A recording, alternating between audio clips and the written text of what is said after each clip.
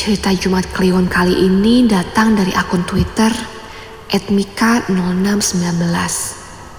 yang membagikan kisahnya dan viral beberapa waktu terakhir ini. Akun tersebut memberikan judul thread horor dengan nama Jalangkung Jalangkung, di sini ada pesta. Kamu yang saat ini sedang mendengar cerita horor ini sendirian, sebaiknya pikir 2 kali. Mungkin saja ada sosok yang memperhatikanmu dari kejauhan. Langsung saja ke cerita Jumat Kliwon.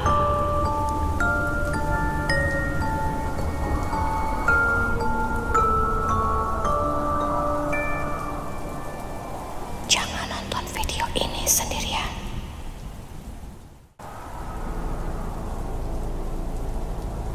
Ada 3 orang pemuda bernama Tommy, Leo, dan Acong. Mereka adalah pelajar kelas 2 SMA di sebuah sekolah peninggalan Belanda.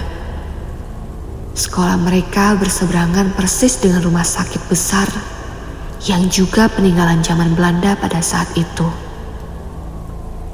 Ketiganya sangat akrab di sekolah meski berbeda jurusan. Jurusan Tommy saat itu disebut A2. Mempelajari ilmu eksakta namun lebih menitik beratkan mata pelajaran biologi. Sedangkan Leo dan Acong mengambil jurusan yang saat itu disebut A3. Mempelajari ilmu sosial dan ekonomi. Saking akrabnya, mereka suka pulang sekolah bersama karena rumahnya tidak jauh satu sama lain. Saat jam istirahat, mereka sering nongkrong bersama di bangku panjang depan kelas Tommy. Saat itu mereka bercengkrama sambil bercanda. Mereka juga suka mendengarkan lagu melalui Walkman, pemutar musik pada zaman itu. Membaca majalah, menyanyi, dan anehnya ada yang bermain jelangkung. Iya, bermain jelangkung di sekolah. Permainan yang melibatkan arwah ini pun masih eksis sampai sekarang. Dengan mantra lirik yang paling konvensional. Jalangkung, jalangkung, di sini ada pesta. Datang gak dijemput, pulang gak diantar. Ada yang menganggap serius permainan ini, namun ada juga yang menganggap omong kosong permainan belaka. Banyak yang menganggap serius dan berpikir jangka bisa bergerak karena arwahlah yang menggerakkan dan mencoba berkomunikasi. Nah, Tommy dan Acong termasuk yang menganggap semua itu omong kosong. Tapi mereka melakukannya. Lumayan untuk seru-seruan di kala jam istirahat. Suatu hari, beberapa teman sedang bermain jalangkung. Ola, teman perempuan mereka yang memegang ujung helai rambut yang diikat ke jangka. Lalu, seorang lagi sudah menyiapkan peralatan tulis untuk mencatat pesan si arwah. Lalu, mantra disebutkan bareng-bareng oleh mereka yang berani melakukan permainan ini. Jalangkung, jalangkung, di sini ada pesta. Saat menyebutkan mantra pemanggilan arwah, Tommy dan Acong dan juga beberapa teman lainnya melakukannya sambil menahan tawa. Bagi mereka, mantra pemanggil jalangkung nadanya mirip lagu anak-anak. Disitulah salah satu bagian lucu dan serunya. Tak lama, jangka mulai bergerak-gerak. Nah, ada yang datang nih, seru Ola. Lalu pertanyaan mulai diajukan. Nama kamu siapa? Ujung jangka bergerak menunjuk ke huruf T, I, N, dan A. Tina. Kamu umur berapa? Kemudian jangka itu menunjuk ke arah 1 dan 7, yang artinya umurnya 17 tahun. Tommy langsung membalasnya dengan sambil ketawa. Wow, Sweet 17. Sebaya dong kita. Nama Tina cewek pasti. Kenalan dong. Tetapi beberapa pemain lainnya tetap memiliki mimik yang sangat serius. Ola melanjutkan pertanyaan. Kamu kapan meninggalnya? Jangka bergerak menunjukkan ke arah kata sakit. Sakit panu ya? Celetuk Acong kemudian tawa kembali tergelak. Bermain jelangkung di sekolah mereka sangatlah cepat. Ada yang berpendapat hal itu dikarenakan sekolah mereka adalah sekolah tua peninggalan Belanda. Setidaknya seminggu sekali saat waktu pulang sekolah, Leo meminta kedua temannya mengantarkannya ke kantor pos. Tujuannya untuk mengirim surat atau kartu pos ke seorang teman perempuannya yang tinggal di Palembang. Menurut pengakuan Leo, ia adalah sosok sahabat penanya. Namun, Tommy dan Acong tidak percaya sehingga sering menggodanya. Ngaku aja sih, itu pacar lo kan? Kata mereka. Untuk menuju ke kantor pos yang jaraknya sekitar 500 meter dari sekolah, mereka kerap mengambil rute cepat melewati rumah sakit besar itu yang memiliki akses jalan ke Fakultas Kedokteran. Pintu utama Fakultas Kedokteran itu tidak seberapa jauh lagi ke kantor pos. Antara rumah sakit dan Fakultas Kedokteran memang sudah menjadi satu bagian.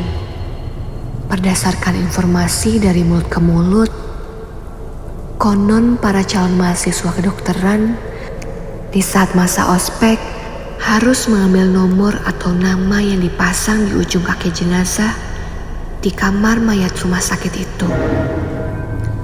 Pintu akses yang menghubungkan rumah sakit dengan Fakultas Kedokteran itu terletak di bagian belakang gedung universitas.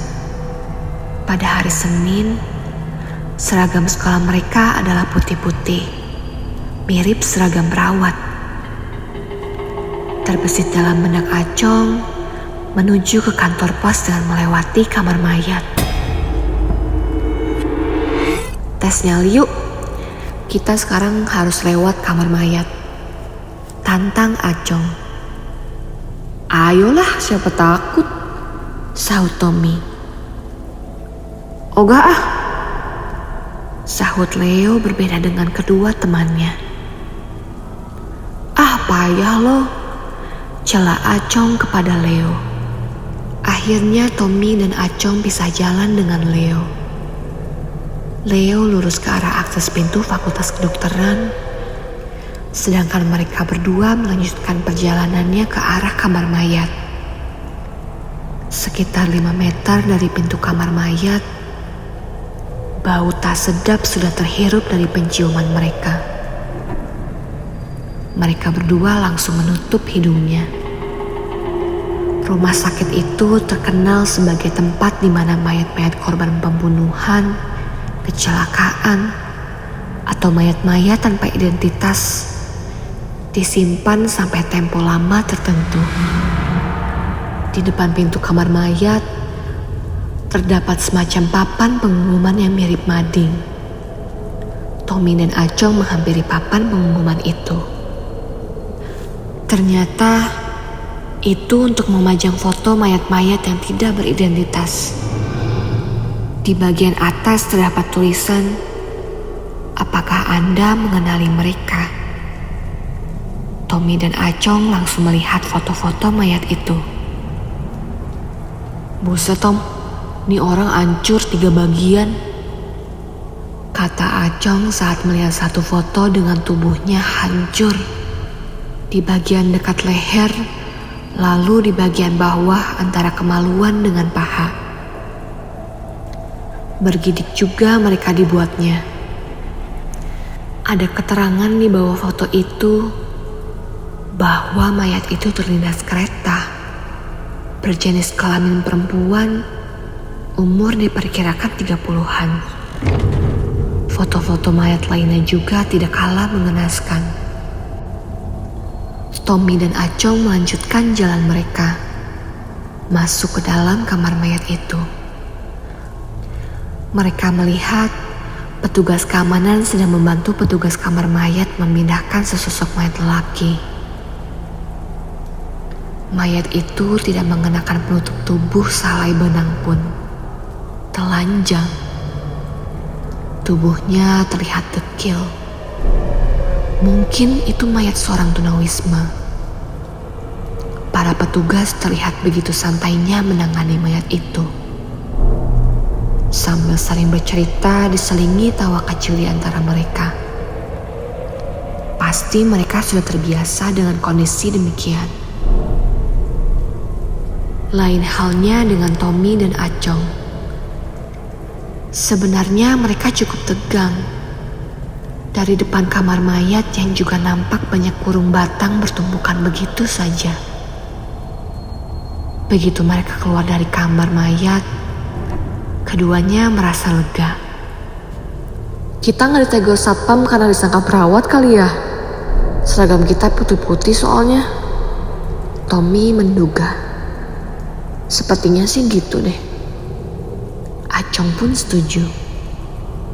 Akhirnya ketiganya bertemu di kantor pos. Acong meledek Leo. Katanya bernyali kecil. Leo merasa kecut juga diledek kedua temannya. Tapi mau bagaimana lagi? Nyalinya memang tidak sebesar kedua temannya itu. 2 hari kemudian, di jam istirahat sekolah, seperti biasa sehabis bersantap di kantin, mereka melanjutkan nongkrong di depan kelas A2. Dan lagi-lagi mereka bermain jelangkung. Namun kali ini Daniel yang memegang selayar ujung rambut dan jangkarnya. Tommy, Leo, dan Acong dan beberapa teman lainnya sebagai peserta permainan saja. Mantra kemudian disebutkan bersama-sama. Jalangkung, jalangkung, di sini ada pesta. Datang gak dijemput, pulang gak diantar. Begitu terus sampai diulang 3 kali. Hingga pada mantra keempat, jalangkung, jalangkung. Syair belum tuntas, namun jangka sudah berputar-putar. Udah ada yang datang nih, bisik Daniel. Ini dengan siapa? Tanya Daniel. Jangka bergerak menunjukkan ke arah tulisan Santi. Nah, cewek nih, kata Acong. Umur kamu berapa? Kemudian jangka bergerak ke arah 3 dan 4. Mbak-mbak itu, kata beberapa yang ada di situ. Kamu meninggal kenapa? Jangkar menunjukkan ke arah kata kelindes. Kelindes apa? Tanya Daniel lebih lanjut. Lalu jangkar menunjukkan ke arah kereta. Beberapa yang ada di sana terlihat ketakutan. Mungkin membayangkan bagaimana wujud korban terlindas kereta. Tiba-tiba, tanpa ditanya, jangka bergerak lagi. T-O-M-Y, Tommy. Terdengar gumam. Loh, kok nama lo disebut Tom? Kali ini Tommy diam tak berkomentar. Jangka bergerak kembali. A C O N G, Acong. Cong, nama lo juga disebut. Gumam yang ada di situ. Tommy dan Acong diam 1000 bahasa. Wajah mereka pucat. Kening mereka mulai berkeringat. Lalu mereka saling bertatapan. Leo menegur. "Kenapa lo berdua?" Teringat. Rupanya sosok Santi adalah korban pelindas kereta yang mereka lihat di papan pengumuman saat dirinya nekat masuk ke kamar mayat rumah sakit.